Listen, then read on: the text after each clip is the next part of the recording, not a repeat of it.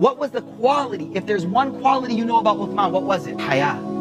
Shy man. The Prophet ﷺ one day, he was sitting with his stove up. And like, you know how you have a stove on, you got the pants under. So he's sitting at a well with his stove up. And someone knocks at the gate and it's Abu Bakr. He goes, who's there? And they say it's Abu Bakr. He says, oh, let him in. And Abu Bakr comes and he sits down. After a little time later, they're sitting talking. They're like, oh, Omar's at the door. He wants to come in. Meanwhile, the Prophet ﷺ stove is kind of lifted a little bit, dangling his feet over the well.